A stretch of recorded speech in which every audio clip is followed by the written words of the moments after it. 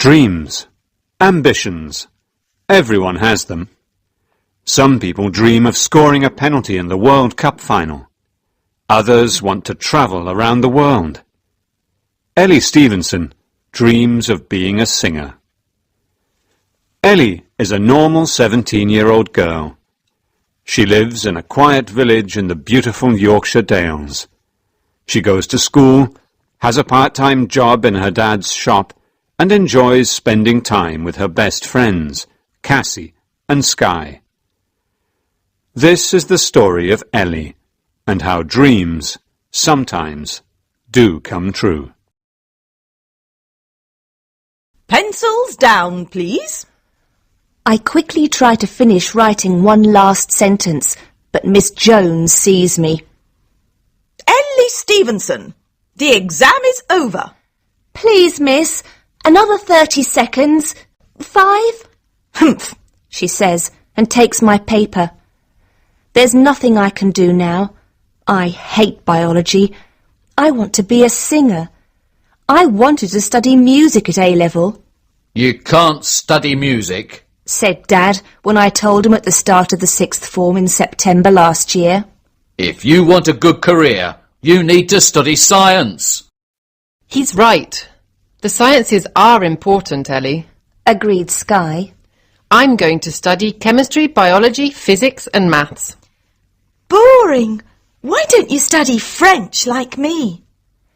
Suggested Cassie, my other best friend. Mr. Lake, the French teacher, is gorgeous. I never told anyone about my dream after that. Now here I am, trying not to fall asleep as Miss Jones finishes collecting the answer papers after the biology exam. I start to yawn. Oh, I stayed up studying all night. I'm really tired. I close my eyes. I only want to rest for a minute. But soon, I'm not in the exam room.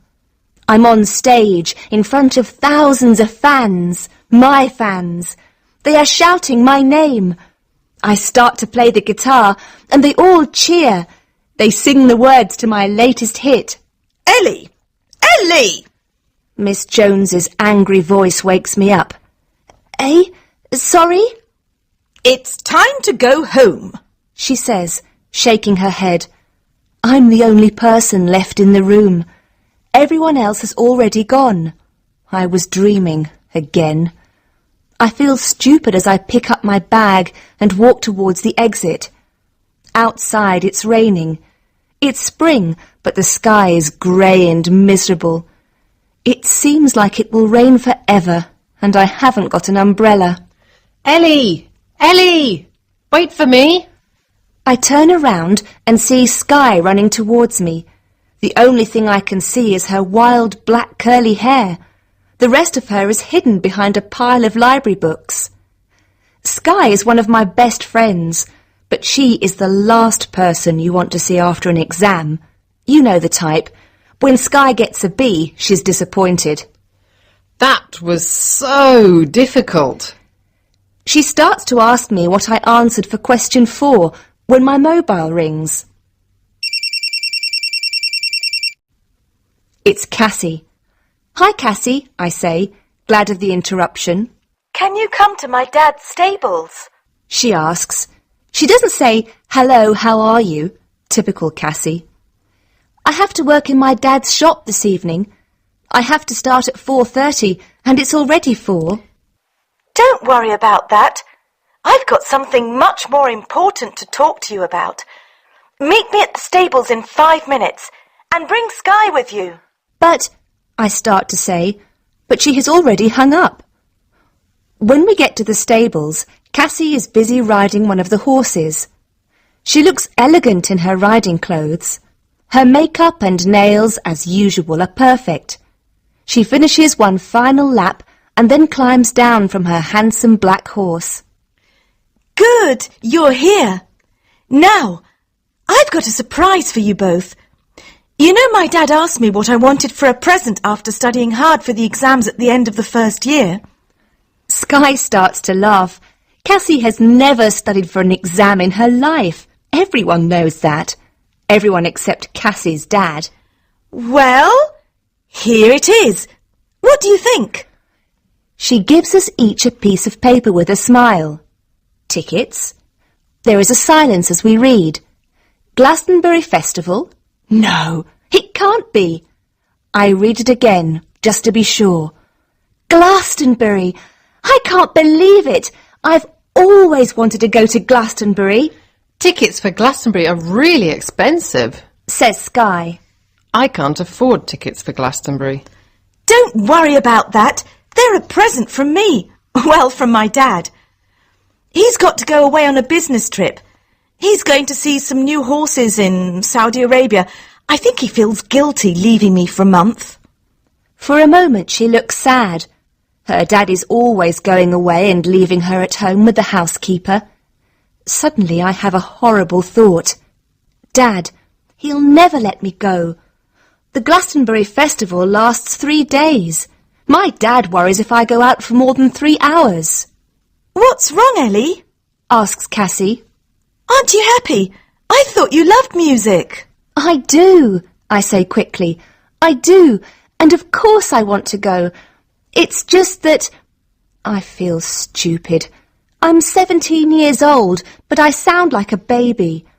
I just don't know how I'm going to persuade my dad to let me go, That's a shame, Ellie. says Cassie. You see, on MTV this afternoon they said that another group is going to perform too.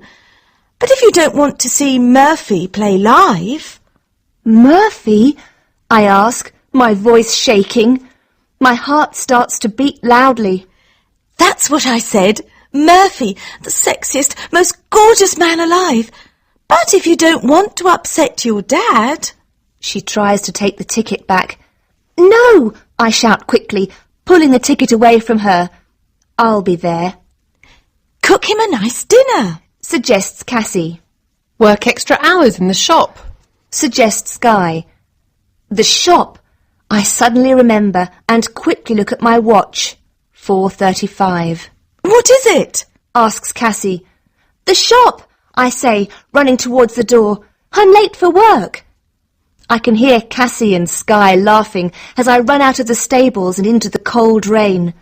But I don't care, and soon I am laughing too. I'm going to see Murphy. Chapter 2.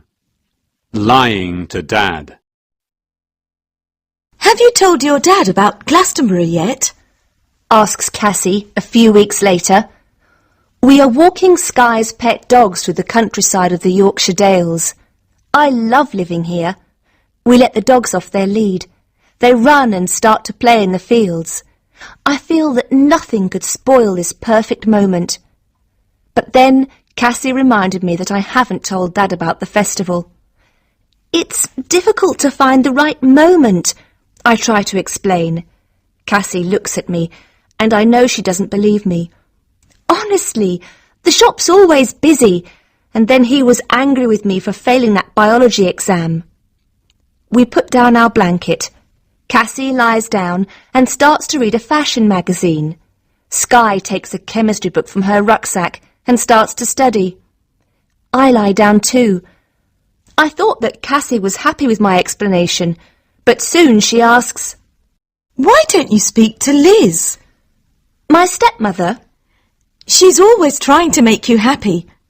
If you ask her, she'll definitely say yes. Then She smiles. your dad can't say no. She lies back happily in the sun, but it doesn't seem right. I like Liz. I don't want to cause an argument between her and Dad. When we say goodbye, Cassie says, Promise me you'll tell him. I will, I say. Tonight. Tonight, I answer, but I don't sound very sure. When I get back, the shop is quiet. Dad is singing his favourite Elvis song, and I realise that this is the perfect moment. Hello, love. He says with a smile. He is busy stacking shelves, but he stops to kiss me on the cheek. How was your day? Fine, I say, but I don't look at him. I feel guilty already. Dad? For a moment I don't speak. Dad hates lies. But then I think of Murphy. You know the final exams are in June. You know, those big exams at the end of the first year of the sixth form. Yes, of course I do. So? Well, Cassie has suggested that we have a party after the exams, the last weekend in June, at her place, you know, to celebrate. Cassie's dad said that it's okay for me and Sky to sleep there afterwards. We can help clean up after the party. What else can I think of to say? How can I continue? Then we can spend the next day planning what to study in the summer holidays. Make a study plan for all of us. That way we'll all be really prepared for the next school year. Then we'll spend another night there, and then I'll come back. I can't think of anything else to say. Dad looks at me in a strange way. Surely he knows I'm lying. A party? So you're sure you're going to pass next time? Of course she's going to pass. And she'll deserve a party afterwards. It's Liz, coming out of the storeroom with a large box.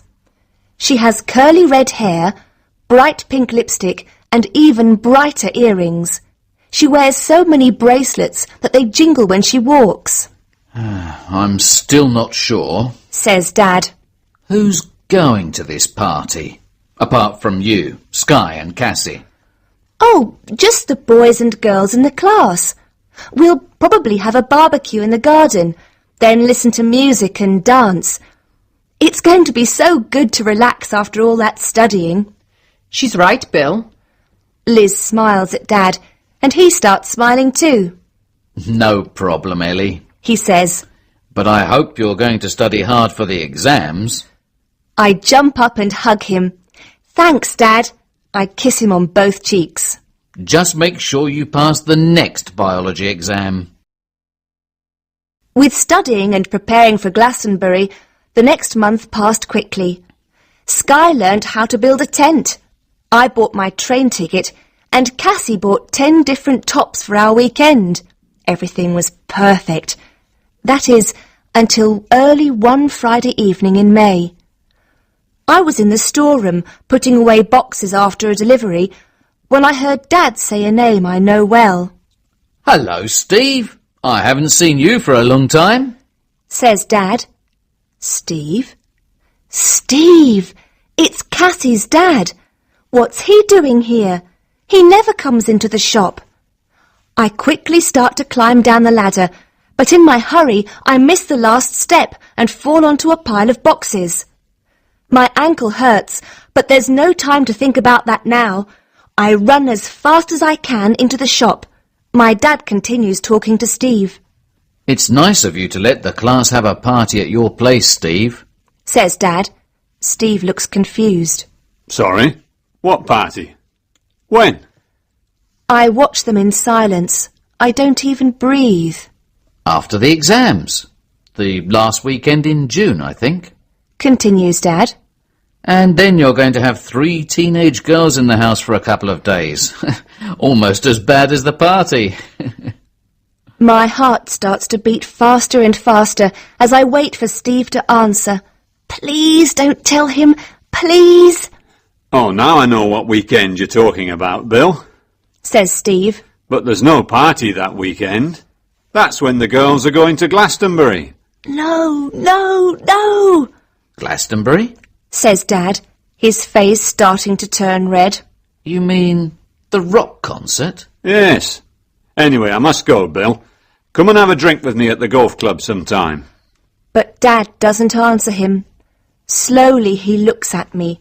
His eyes are big and angry, and even his bald head has become purple. At that moment, I knew that my dream of seeing Murphy was over.